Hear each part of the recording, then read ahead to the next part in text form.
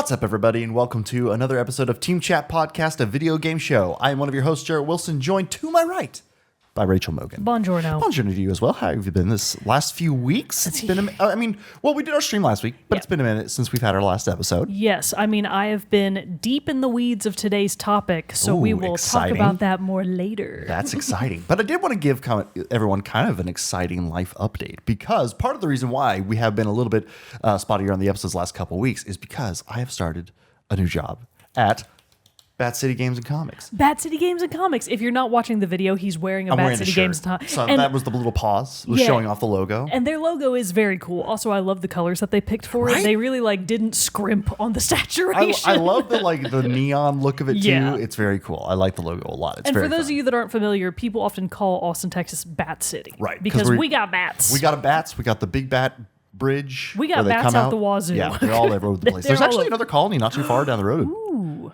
If you go, it's like Ditmar, I think, somewhere over there. Do they live like under something? It's a bridge. Oh, nice. So yeah, damn. It's pretty cool. We got Congress at home. I know, we really do. I love how much that joke's come up today. But yeah, so, I've been learning the ropes over there and everything like that. So still doing that alongside, obviously this, but kind of fitting that into the new routine and all of that jazz. But it's been a lot of fun. Today especially was a lot of fun because it was the release of the new Magic the Gathering Final Fantasy cards, so we had like a big reveal for that. So that was a lot of fun to be a part of it. I can't even focus on it. As someone who didn't get to / never, I've gone to like midnight movies, but never like a midnight release of like a game or something like that. Never made it out to one. And I know this wasn't a midnight release; it was the morning release, but still. It was very fun getting to be like on the other side of it. A lot of people came through and, got some stuff, and it was a lot of fun. So. Speaking of releases and things that we kind of didn't participate in, congratulations to everybody that got a Switch 2. Oh, yeah. The Switch 2 just came out. Wow, yeah. I completely forgot about that. Kirok got one. Friend of the show, Kirok, he got one. But yeah, I completely forgot. Today's episode is not about the Switch 2. No, it's not about the Switch 2. That has been so, honestly, not on my radar. Yeah. It came up this week, and it was like, oh, it's happening. Oops.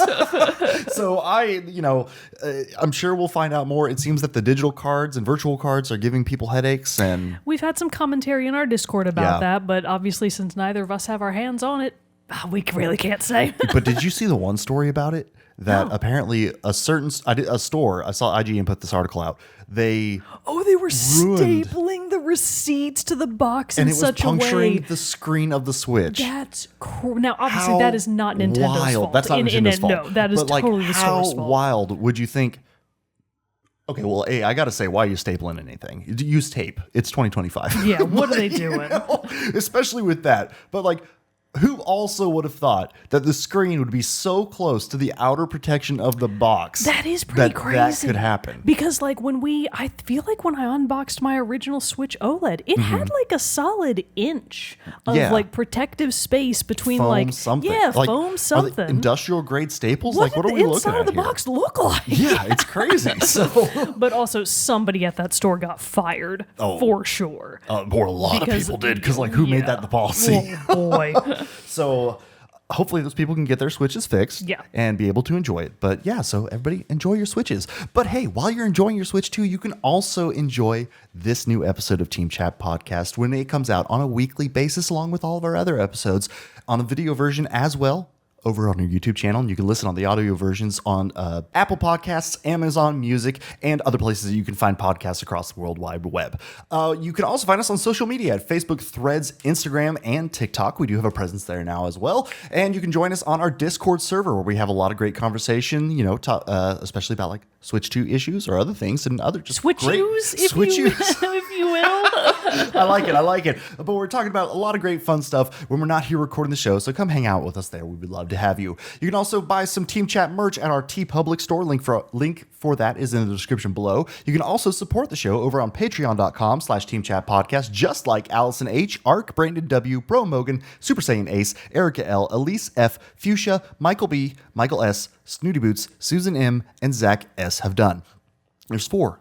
As little as $1 a month, you can support the show. And in return, we give you cool perks like getting the episodes early before their general weekly release, access to a private channel on our Discord server, the Rogues Gallery, as well as extra goodies along the way. So to everybody who supports us on Patreon, we are greatly appreciative and thankful for your support. And of course, there are free ways that you can support the show, such as telling your friends, writing us reviews, or subscribing wherever you're listening to or watching the show. And to each and every one of our viewers, patrons alike, thank you. We love you. Heart emojis. Heart emoji, XOXO smooches. XOXO. But before we get to the main topic of the day, let's get a little bit of news and what's coming out soon, because we probably have some catching up to do. And actually, a little bit of timely stuff. We're not even going to do any catching up because we're instead going to quickly summarize a few shadow drops that came out as of this episode's recording date. So, what is it today? The 6th. Today's the 6th. Yeah. So we actually just got done watching the Summer Games Fest live stream. So, which, talk about another side effect of this new job routine. I completely forgot that was happening. I remembered it was happening, but today, I didn't realize it was going to be a 2-hour show. Yeah, so when like people were like, oh yeah, it's going to be 2 hours, I was like, oh no, but we're supposed to record. Because I'm still not used to like this weird world of not E3. Where there was always E3 is like the tentpole thing that you looked forward to. And then there were these auxiliary streams or auxiliary events that you could get more information on things.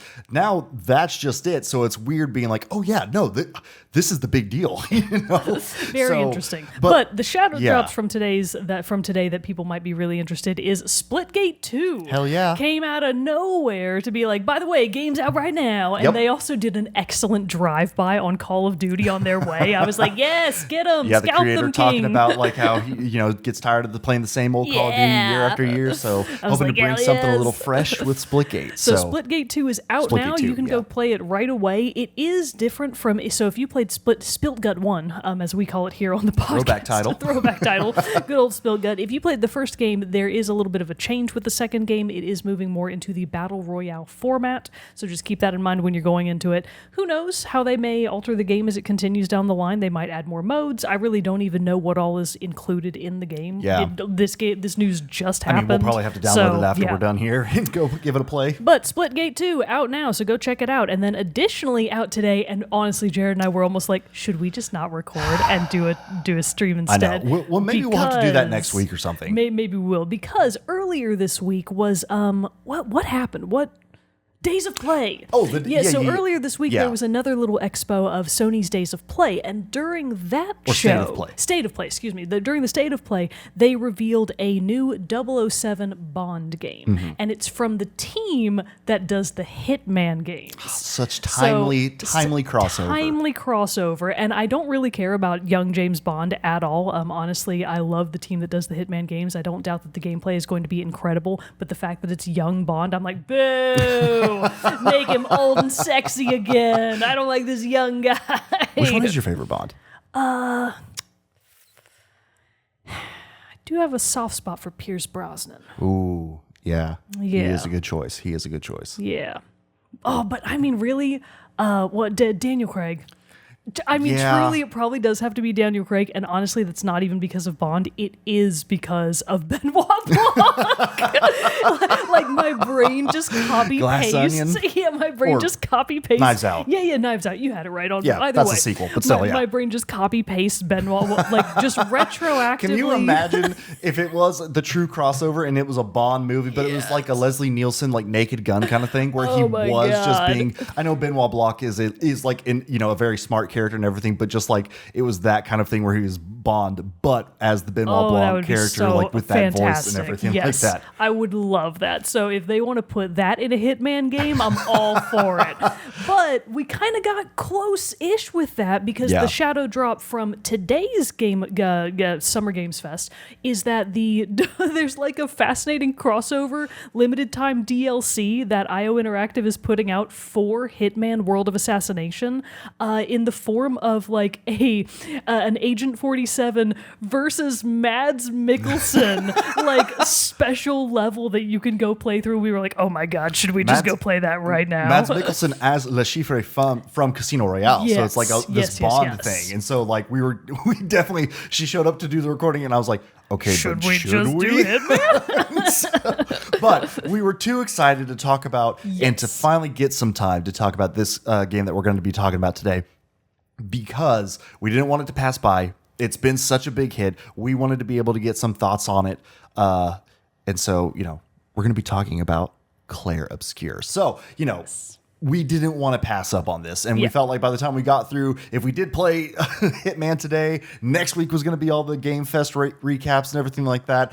We were like, okay, then we're never going to get to it. So we want to make the time. Going to stream the Hitman Mads Mikkelsen don't hit worry. of We the have year. like a month to do it. We've got time. We're going to do it, and we're going to probably do it a lot. Oh, yeah. Because we're probably going to die a lot. Oh, probably. That seems to be our MO. I'm going to be trying to romance Mads. I'm like, how do we make him fall in love with us so we don't have to kill him? Oh, man, it was great. But it was cool. They had Mads Mikkelsen. Oh, my God. Stage. Wasn't he? He was looking good. It's got that full gray hair. God, I can't talk. Looks great. It was like nice and long. A wonderful coif of hair. That's what I want Bond to look like. Ooh. Sexy old man. Oh my God, that should be it. They just have Mads Mikkelsen be Bond now. They really should. It's a new character, so it's like a new telling. It's different timeline, as it were. So he doesn't have to be Le Chiffre anymore. He can just be Bond. He can become Bond. Oh boy. Okay, but let's talk about Expedition 33 or Clair Obscur. Expedition 33 from Sandfall. Ooh, from Sandfall, yes. And a debut game from a debut studio, like a small French independent team, decided that they wanted to make a love letter to Final Fantasy or JRPGs in general, and with their own special flares and twists put onto the game. So to be upfront, this will be just our first impressions. We're still making our way through the game. I've only played through the prologue and a little bit of the introductory levels. Mogan has spent a lot more time in it, so she'll probably be leading a lot more of this than me. Going to be a Mogan-heavy episode. I will be delivering helpful queries to help understand more about this game, because the little bit that I have played, A, hooked me immediately, and B, maybe be like, man, there is a lot to figure out and a lot to discover. Yes, there sure is. Where should we begin with this? All right, so where to begin? So first of all, as far as the story goes, we are absolutely going to be discussing story from the prologue pretty extensively, because I do want to make sure that we're adequately setting the stage for the grand story that will come to follow in the rest of the game. I will also probably mention, at least in broad strokes, a couple of things that happen at the very beginning of Act 1 once you get out of the prologue. But beyond that, we are going to try to stay away from story spoilers pretty faithfully. So you're going to get a lot of the prologue, little teeny tiny bit of Act 1 just to set the stage so that you understand what you're getting into when you get into the game, because actually the story, I mean, there's so much to love about the game, but it's not like it's really good mechanics that have a sort of a story that's sleeping by the wayside. Right. It's all really good. So I want to make sure that we cover the story at least a little bit, and then also talk a lot. I mean, really, it probably is going to be a lot about the gameplay and the mechanics and the fucking soundtrack. Oh, I'm excited. I'm excited. So we will, it is our plan to circle back around and, sorry for the business jargon, but to come back. Per my last email. And my last request. But we will come back and do a full review of Clair Obscur once we both complete the game and all that stuff. Absolutely. So never fear. We will come back and be able to do our full spoiler-filled recap of the story and everything, where we really get to hash through all of that. So the prologue of this game, as we said, it is the debut game for Sandfall Interactive and a French studio. Core team of only 30 people. Incredible. Now, I'm sure they probably had to outsource certain things to other people, like quality assurance. I feel like everybody outsources quality assurance. But for the most part, very small team, nice indie game. A lot of people are describing it as being a AA game. I have felt for a very, very long time that AAA is a misnomer anyways, because most AAA games suck balls. I'll say it. Bold. Bold but stance. True. Bold but but true. It's one of those things, though, but like, in the little bit that I've played of it, I'm like, how is this not considered a AAA game? Yeah, right. Because the graphical detail is impressive. Like the game is incredibly beautiful. We'll talk about it a little bit later, but the soundtrack also is beautiful. The voice acting has been superb.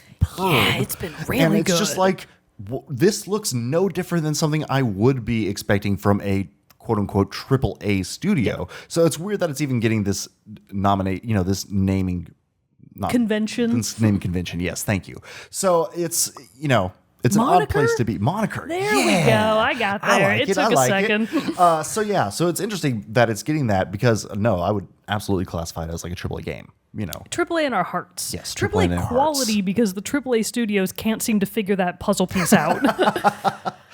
All right, so what is this game? All right, so Clair Obscur. Like Jarrett said, Sandfall Interactive wanted to make a love letter to classic JRPGs, but with a lot of modern twists and absolutely their own identity just stamped all over the game. It is just a wonder. In certain ways, it is wonderfully French, and I love that they really stuck to their culture when it came to that. Like, they didn't try to set it in necessarily a total fantasy world, but I would describe it as fantasy adjacent. Well, I mean, there is like the destroyed Eiffel Tower you see. All right, there's the destroyed Eiffel Tower, but notably, they do not call the world that they live in or the city that they're from Paris. It's called Lumiere. Okay. So when the game starts, you are the main character, Gustave, or the character that you are...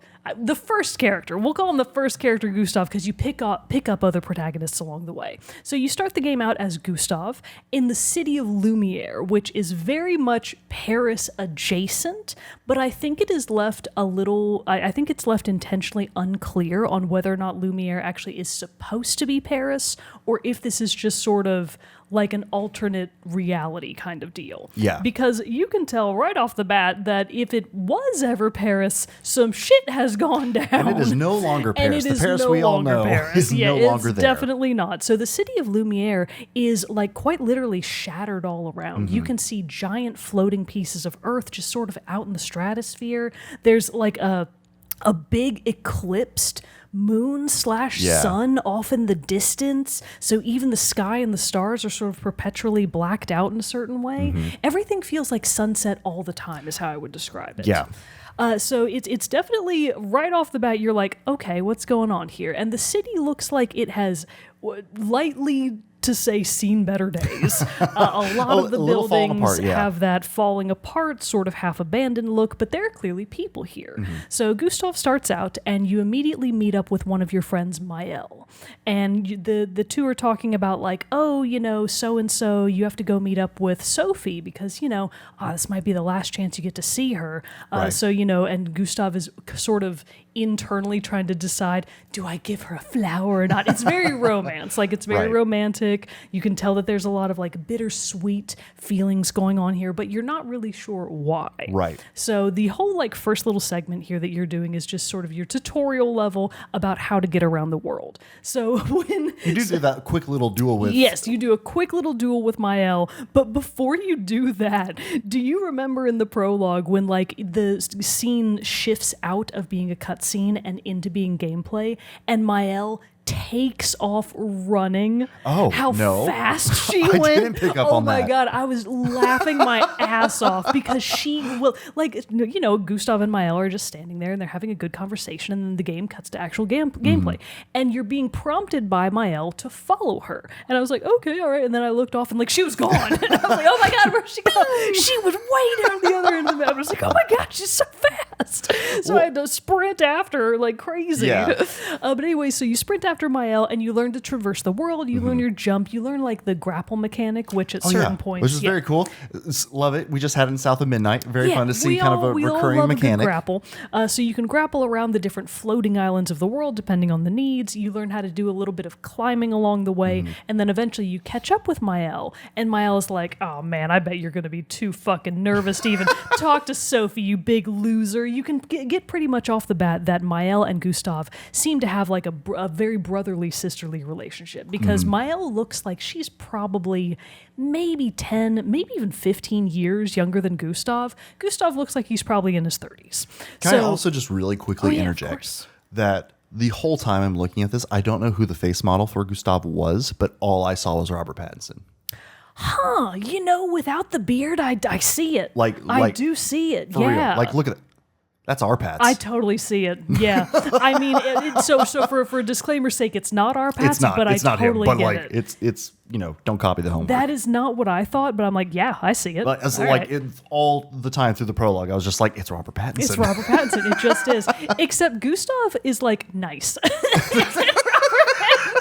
Yeah, when he's not, we just know. It's not that he's not nice. It's that he's a known troll. And he's definitely not the kind to be super kind and buddy-buddy with his younger sister character. So anyways, Gustav is like really jittery. He's got this rose in his hand, and like he's clearly wanting to talk to this lady love of his Sophie, but Mael is like, you're never going to be able to do it this way. Let's have a quick sparring match so that you can get those jitters out and actually be able to talk to her like a normal person. So you do a quick little tutorial sparring match. Now, I know a lot about how JRPG combat works, but you're a little bit less familiar. Yeah. So why don't you tell me your first impressions of this system? Well, so I had already seen some people playing it already. So like my buddy Michael, I'd seen him playing it, and that's where I was originally like, oh, okay, I'm going to give this game a shot, because normally I don't play very many games of this style, because the normal, turn-based combat, that's just not my cup of tea.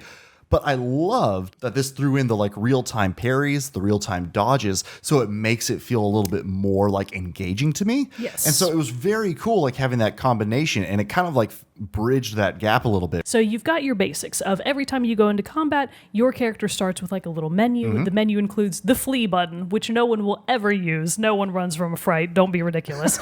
So you've got a totally useless flee button. Then you've got your items list, which you actually do need. I've died so much in this game. It's crazy. What kind of stuff is it? Like the health potions, items energy is just a potions? health potion, revive potion, energy potion. Okay. That's as far, like I'm in Act 2, and that is still all I've got in the inventory, which honestly I'm totally cool with. A reduced inventory in favor of a more action-oriented system plus the typical skills-based system, I'm totally on board with. So speaking of, your other two options are your skills and then your basic attack. Okay. So a lot of the interest and strategy of Clair Obscur's turn-based system comes from figuring out how to balance your AP, which I assume stands for ability points. They never spell it out, but I'm guessing that's what it is. Your ability points, which you spend for skills, versus doing basic attacks and or shooting the enemy with a gun, because there are all three.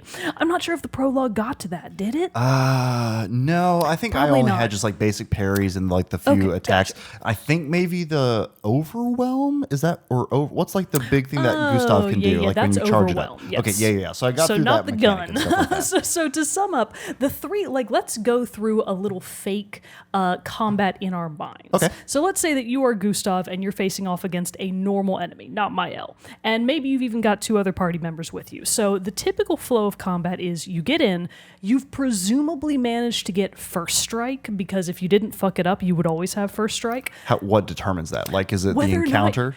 So it's when you encounter an enemy in the overworld, because enemies, it's not randomized encounters. Enemies just live on the map, and you can see them with your eyes, and they roam around in little set paths, and if they see you, they'll come after you.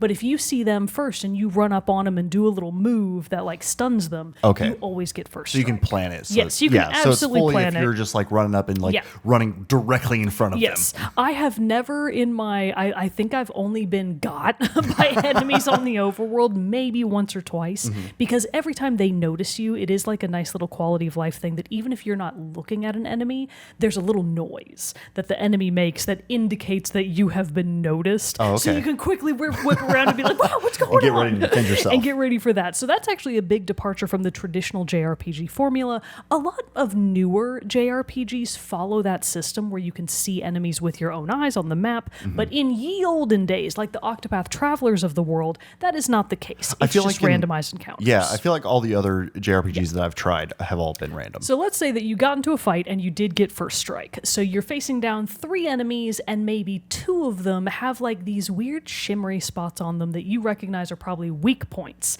That would be where you pull out your gun and then you shoot the weak point with your gun, which takes ability points. And at the start of every match, if you want to say, you get a set amount of starting ability points. Most of the time characters start with 3, but if you get first strike, whoever your first character in the turn order is, they get an extra one. So they start with 4 ability points. So let's say that I'm Gustav. I've got my 4 ability points. I use 1 to get a weakness point shot off on one of the enemies to break their weak point. Then I'm going to back out of that because I don't want to use up all my ability points on free shots, which is what the game calls those gunshots. Okay. I don't want to use those all up on my free shots, so instead I'm going to back out, and I can either just do a basic attack, which which will give me more ability points, or I can go ahead and use a skill with whatever ability points I have available. Okay. So like I think with Gustav, he's got something called Lumiere Strike. And Lumiere Strike, I want to say, takes 3 ability points, but it gets you overwhelm charges.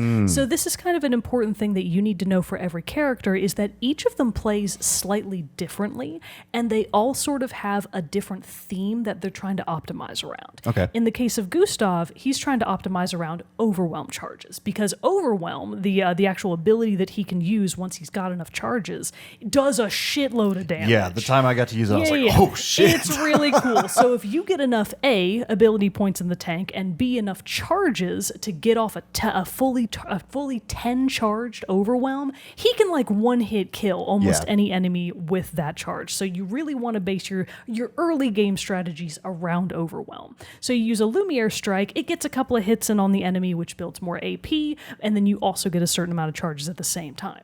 But then next turn order around, you might have 6 overwhelm charges, but you only have 2 AP. So you can't use the attack. Exactly. Okay. So it's a really interesting balance of how do you spend versus gain your AP, along with whatever each individual character's sort of special thing is. In the case of Lune, which is another main character that you meet pretty early on in Act 1, in the case of Lune, she's more of a magic user. Okay. So you want to figure out how to get different elements on what is essentially her elemental wheel. So it's like, okay, I need 2 ice charges and a fire charge to be able to get this specific skill really super powered so that I can get that off real fast. And do you get those charges, like the ice or fire charge, do you get those through combat abilities, or is it through like skill tree upgrades? You get those through her skills. Okay. So in the case of Lune, she has a big ability, she has a big skill tree that is based around the elements. So she's got like an ice tree, a fire tree, an earth tree. She actually does have a lightning tree, but I haven't done anything with it. I'm not even going to pretend.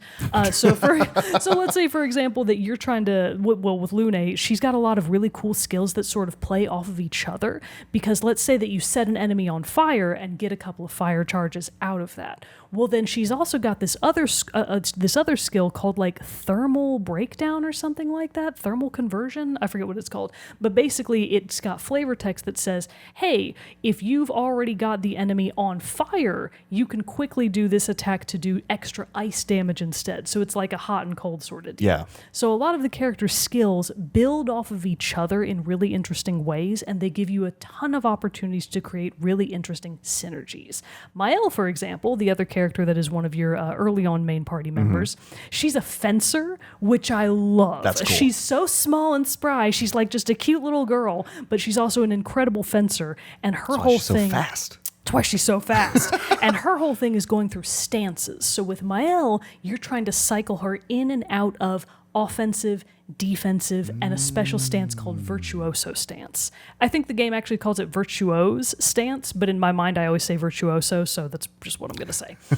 So it's a little bit different for each individual character, but their skills are all meant to work with each other really well, and in certain cases work with other party members. Like Mael actually has a lot of abilities that do fire damage in any way, shape, or form. So rather than having Lune, for example, use that skill that sets something on fire and then follow that up with her ice ability, Mael can set them on fire, and then Lune can follow that up with the ice attack, saving and Lune's. you still get the special trigger off of it because the enemy was already on fire. Okay, cool. And so then that saves ability points for each character because they're not having to like do the build up trigger themselves. That's right. Very so cool. Basically the whole balance and strategy of the game is built around the balance of skills, ability points, and whatever you're trying to optimize each character for. Another way that you can get ability points is by doing really good at your dodges and your parries. That's what I was going to ask. I couldn't remember. I couldn't remember the benefit that those gave by doing it other than the damage prevention. So theoretically, you can play Clair Obscur and never take damage, because if you're landing every dodge and if you're landing every parry, you're not gettable unless somebody used like a magic attack against you. But even then, almost every attack I think I've encountered in the game has in some way, shape, or form been dodgeable or parryable. Nice. So I don't think there are like undodgeable attacks. I think they're all dodgeable. So the dodges and parries are a little bit different. With dodges, you are using, I'm on PlayStation, so I'm just going to use PlayStation terminology. With dodges, you're hitting the circle button to dodge out of the way of the enemy's attacks, and they're very intentionally animated. So there's absolutely a rhythm aspect to each fight because you have to learn what each of your enemies does. Because you encounter different enemy types multiple times, but they each have like a little suite of abilities that they will use against you, and you have to learn all of those so that you can understand the timings for the dodges and the parries. Because if you dodge really well, you can get a perfect dodge, for example. And there are certain skills that you can equip to your characters that give you AP for perfect dodges. So if I've got the skill equipped called like perfect Dodger, it's just called Dodger. If I've got Dodger equipped and I do a perfect dodge with Gustav, he gets an ability point from that, and you didn't even have to really do anything on his turn. So it's free AP. The same thing goes for parries, except with parries, I believe you always get an AP when you successfully parry. The reason being, the timing window on parries is less forgiving than with dodges. So if you're about to die and you're like, I don't think I can know this guy's combo well enough to be able to parry it, don't parry it, dodge. Your chance of success is higher because you've got a much more forgiving window of fucking it up. Well, I feel like even like Mael, when you fight her in that opening tutorial fight, I was even then being like, she had a few attacks that were like multiple stages, like 3 hits that you're trying to like block through and everything. So it's a pretty robust system. It's not like they hit you with just one single little attack or anything. It's multiple dodges or multiple parries. So that's again what I mean. Like it really makes that like, I love the combination of the two systems. Absolutely. And Michael was telling me, again, no spoilers. He was just alluding to like an optional fight that I can get later down the line. He was like, by the way, there's such and such. It's like a fucking 12-hit combo. And it's like, oh no! 12 hits? What do you mean? Some of the timing on those attacks, they can be pretty telegraphed, but they can still be very fast. They can be very fast. And so it's just like if a 12-hit combo, woo, you're going to be dancing all over that screen. I'm not going to call this one a spoiler because it's not a boss. It's just a regular enemy. There's a regular enemy that you encounter later down the line that comes up to you and does a 4-time really fast spin. Holy so shit. it's like 1, 2, 3, 4. You have to parry all of those really fast. And then you get like 3 overhead strikes on top of that. And then like a jump counter as well. It's like, oh my God, this is a That's normal so enemy. much. There's so much. Holy shit. So we haven't even talked about a mechanic that you haven't encountered yet, which is the jump counter. Something we're not even going to talk about all of the mechanics super in depth because we do want people to be able to experience on their own. But what I'm really trying to say here is what you learn in the prologue and even in Act 1 isn't the end of it. Just scratching the surface, I'm in Act 2, and I've already gotten 2 new mechanics that I'm now having to work into my other flows. Snap. It's like, oh no, it's getting harder. I mean, I love that too because then that that just adds the like a fresh gameplay loop It really and everything. does. It just kind of keeps it feeling fresh. Yeah, and each character's skill tree is really expansive, and they give you a lot of flexibility with how you want to build out any character's skill set because you might have a skill tree that's got 30 skills on it. But you only have 6 slots. So you have to figure out what synergies you're trying to build for each individual character and then really get creative with how you're going to work those into your other sort of like passive abilities that you can equip through something that the game calls Pictos. So I don't think you encountered Pictos in the prologue. Basically, it's like do you remember Hollow Knight's charm system? Yes. It's kind of like that. That's the best way that I can sort of describe it. Basically, your charms, for lack of a better word, your Pictos, give you special abilities like if you've got less than 50% of your health, you're much more likely to do critical damage. Things like that. Kind of like the runes and stuff you could equip in Bloodborne and different stuff like that. Like that apply comparison. just like modifiers, combat modifiers or something. So the difference being that your character can only have 3 active Pictos equipped at a time. Okay. But each character has this totally separate passive ability pool called Lumina points. And you can have like 45 Lumina points available to you, which basically allows you to passively equip the abilities from Pictos. So in addition to the ones that you've already got active, you can have this whole other suite of passive ones that just build on top of each other. Dang, that's pretty cool. So there's a lot going on. I actually have a really fun... So there's something called like Last Stand, where if you only have one party member remaining, there are all of these Pictos that are built around the Last Stand concept. So if everybody else is dead, but Mael is still alive, she becomes a powerhouse. She becomes unkillable because she's got Last Stand SOS, Last Stand critical, Last Stand something. And it's just like, yes, Mael, kill them, so my you can child. totally just like have a build built around totally being the last man standing. person. That's fun. Or in my case, the last Mael standing. I'm totally biased. Mael is my favorite character. Nice. I'm not even going to play about it. All right. She's so cute. All right, but anyways, so what we're trying to say here is the combat system is extremely deep. It is also, for those of you that might be wondering, difficult. I'm playing the game on normal difficulty, and I would say that I've died... I don't even know how many times. I die frequently. A lot. Well, especially because you were saying earlier, I can't remember if it was when we actually were started recording or not, but that you keep running around fighting a lot of like high-level monsters. I keep being like, I can do it, Mr. Krabs! So I keep running in to like intentionally try to fight high-level monsters. Not great. I die a lot. Because basically in my head, I'm like, but if I never get hit, I will win the fight. But then, so you're just going for parry, dodge. It never works. And I'm like, but I learned this time, so I'll be able to go back in and try again.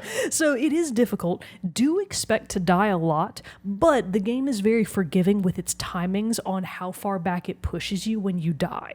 So let's say that really in any given map, if you get KO'd by normal enemies or even a boss, when you respawn, you should pretty much be right back at that point. Yeah. So it's not like you constantly have to be worried about save points or save stations, because you can almost certainly just come back. I mean, maybe you lose a minute or two of gameplay. It's not like you're having to find the bonfires or the lamps. No. It's not like you're having to do that all over again. You're basically not having to refight your way back to a point. Yeah. But speaking of, that's actually a good segue into one of the game's other mechanics, which is there are technically save points. I mean, they're convenient save points, but that's not really their purpose. There are flags all over the place, which, for lack of a better word, are your bonfires. Yeah. So if you're familiar with your Bloodborne bonfires, they work exactly the same, meaning that when your team gets to any other expedition's flag and you activate that flag, you can choose to rest, which gets all of the party's health back. But when you do so, it also respawns all of the enemies. So it does kind of keep a little bit of a Dark Souls like a bonfire. mechanic. Okay. So almost exactly the same. It's also important to mention that the flags are where you can spend your level up points. So you get upgrade points. You also get like skill points. So at any flag, that's where you can apply how you want to increase your health, your defense, your attack power, for example, and or upgrade your skills. So definitely don't sleep on the flags. Be going to all of them. They are also selectively fast travel points. Now, I've had a little bit of... I'm still not entirely sure how the fast travel system works, because I've been in certain areas of the map where I only have a very limited handful of fast travel options from any flag. So I'm not really sure what the boundaries are on it. Also, I never fucking use it, so it doesn't really matter. That's why I don't know. I want to walk everywhere. I'm walking, and I'll be happy about it. So I realize we focused a lot on the mechanics of the combat stuff. Have we actually said what you're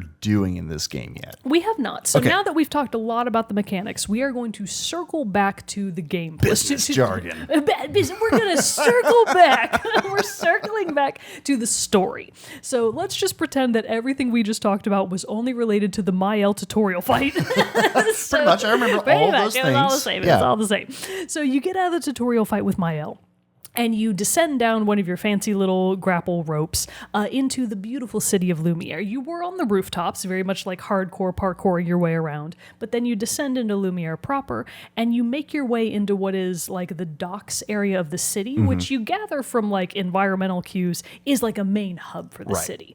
And it went from being a pretty empty city to having a lot of people actually all around the docks. And everybody keeps talking about this thing called the Gamage. And you're like, okay, what's that? Sounds fancy. Is it a party? And it seems like a festival. It seems like a party. There are people all over that have these like flower garlands around their necks. Well, and because that Miel had talked to you earlier about like if you're going to give what was her name, Claudia, Sophia.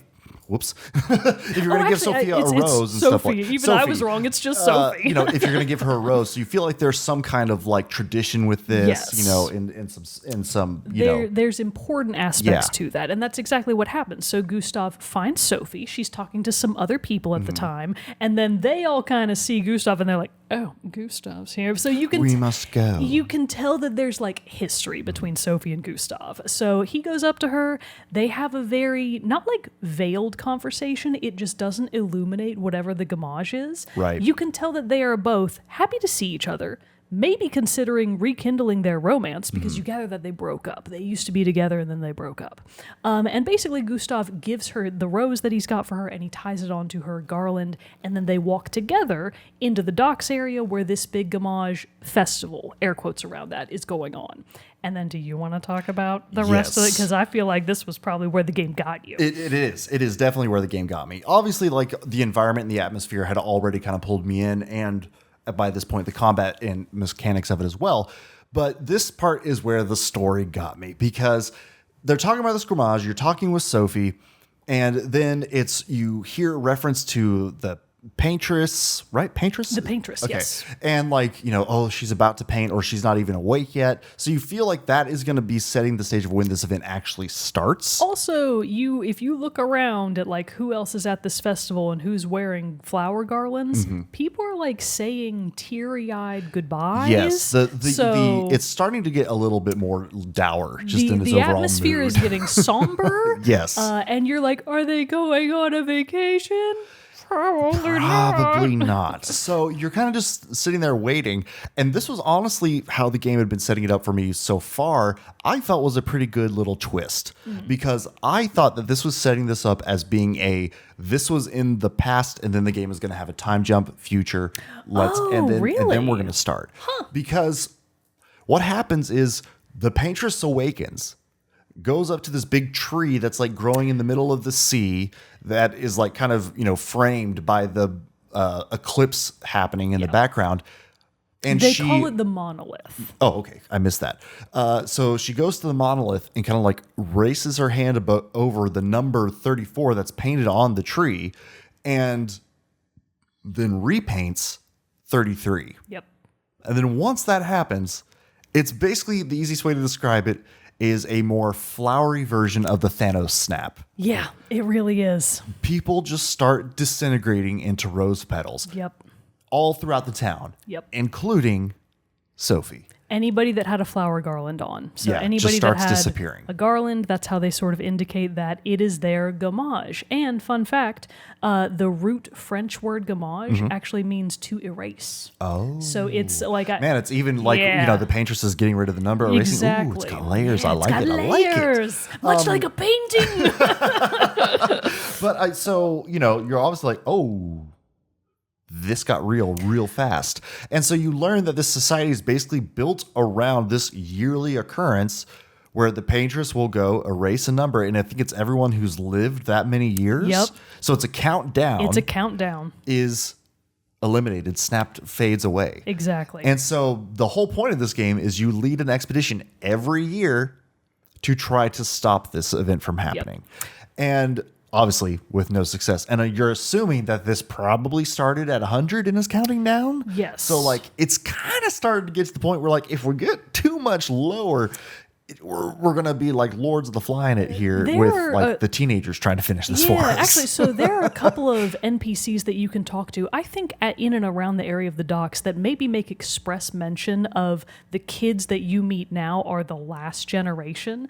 Because basically, I mean, think about it. Every year that a kid gets older, the paintress is still counting down. Yeah. So if she's at 33 now, whatever kid was just born, they're only going to make it to approximately 15.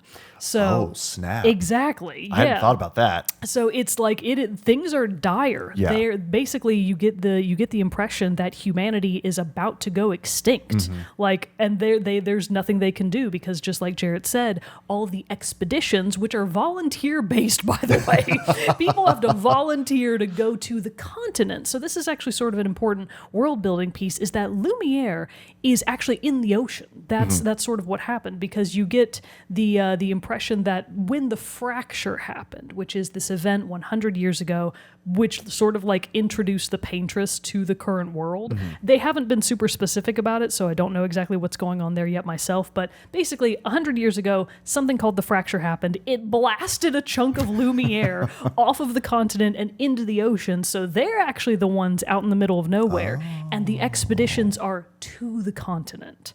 So they're going back home to France. Interesting. Exactly. Okay. So, immediately why I thought it was a flash forward, flashback, time jump kind of situation is because I thought the Grammage was going to mean like Sophie was going out on her expedition.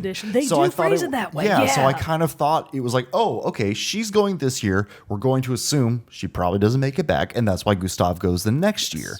But so then when it was like, oh no, it's shoring up, it's Gustav's turn. Yep. And then, Sophie goes away like that. I was like, oh my God. Like it was just like, again, the soundtrack was just perfect in that moment, so emotional, just like really tied it all together and just incredible. And I was like, yeah, I'm hooked. I'm going to play the rest of this. A lot of people have described the Clair Obscur prologue as like the perfect prologue. And honestly, I think that's probably true. It really is just the best way to kick off the game. And also, of course, introduce you to the important tutorial aspects of it at their most basic level. Sure, but it still does give you just enough gameplay to be like, oh, this is what the combat's going to be like. I like this. You go through the world and you're like, oh, there's a very big mystery here. I like that too. Yeah. And it feels like, perfect prologue is a great way to describe it. So now we're going to talk about just a little bit, just a tiny bit about what happens after the Gamage. This is new. I don't know this. I'm going to turn away. Yeah, if you don't want to hear what happens in like the first, I shit you not, 5 minutes of Act 1, then you can go ahead and tune out. But I'm going to talk about it just a little tiny bit. Because culturally, it is important to know that the expeditions then are traditionally led by people who are in their last year of life. So like Sophie was 34. Gustav is 33. This is his last year, and everybody knows it. And they're just sort of, there's nothing they can do about it. So far, they haven't been able to figure out how to kill the paintress, and they're not even sure if that will solve the problem, to be fair. They or just sort of you think. Can even do. Yeah, or if it's even possible. They don't really know, because, very importantly, only one expedition had any survivors, and it was the very first one. So 100 years ago, the very first expedition was actually called Expedition 00, and then they started counting backwards from there. So that's why you are Expedition 33, because it's theoretically, air quotes, all of the 33-year-olds that wanted to volunteer for the expedition. Yeah. Except for Maëlle, because even though Maëlle is quite a bit younger than everybody else, I'm not sure what her exact age is. I want to say she's probably 17 or 18. She seems about there. But Maëlle is like, no, I'm not just going to stay here on Lumiere and slowly die when the paintress gets me. I'm going to go ahead and go on the expedition with Gustav, her brotherly figure. Basically, you learn through backstory during the prologue that Maëlle seems to have no other family. And there are tons of orphans in Lumiere by obvious causation from the paintress. So Maëlle is an orphan. Gustav is her only real family, and that's in air quotes because they're not blood related. So she's like, nah, I'm going to go ahead and go on the expedition. If we're going to die, I'd rather just go ahead and get it over with over there. And who knows, we might succeed. Because you gather that this expedition has something that the other ones didn't. And Lune, actually, you meet her before you depart on the expedition. She's got some sort of little device called the Lumina Converter. And to be 100% honest, I am still not exactly sure what the importance of the Lumina Converter is in the context of the story. I just know that it's important, and it sets Expedition 33 a little bit apart from the other ones. So hopes are high that you and your expedition might be able to actually really do something this time. So flash forward right after the Gamage, you see the ship set sail with Gustav, Mael, and all the other expeditioners on it. It looks like there are about 30 people on your expedition, maybe even a little bit more than that. It's actually a pretty good group. So you get to the continent, you land, they exit the boat. Shit immediately hits the fan. Damn. So this is a real spoiler, so tune out if you don't want to hear this. No, just kidding. They get off the boat, and like within seconds of disembarking, this is important, an old man shows up. Okay. How is he old? Oh.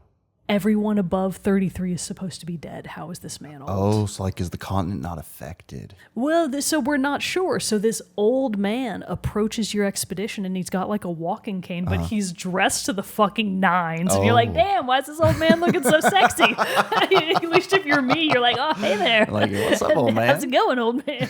But he rolls up, and your expedition leader is like, whoa, everybody hang out. All right, let's go see what's going on here. So he goes up to like this elderly gentleman and is like asking him, because he's human. Yeah. Like, hey, what's going on? And the old man goes rage mode and just immediately beheads him with his cane, and shit starts going down. So the old man just starts obliterating everybody on your expedition. He is much more powerful than everybody else. Yeah. And you get the feeling that you don't stand a chance. And obviously they weren't prepared for this kind of attack right off the bat.